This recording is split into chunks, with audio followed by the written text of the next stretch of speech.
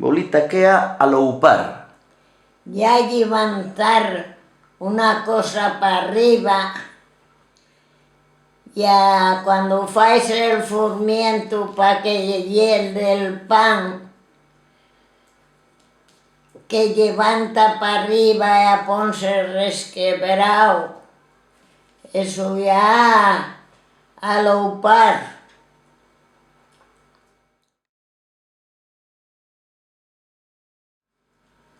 ¿Qué a aleitar?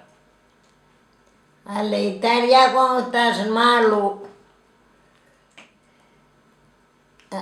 pregúntate si qué tal estás. Bueno, voy aleitando.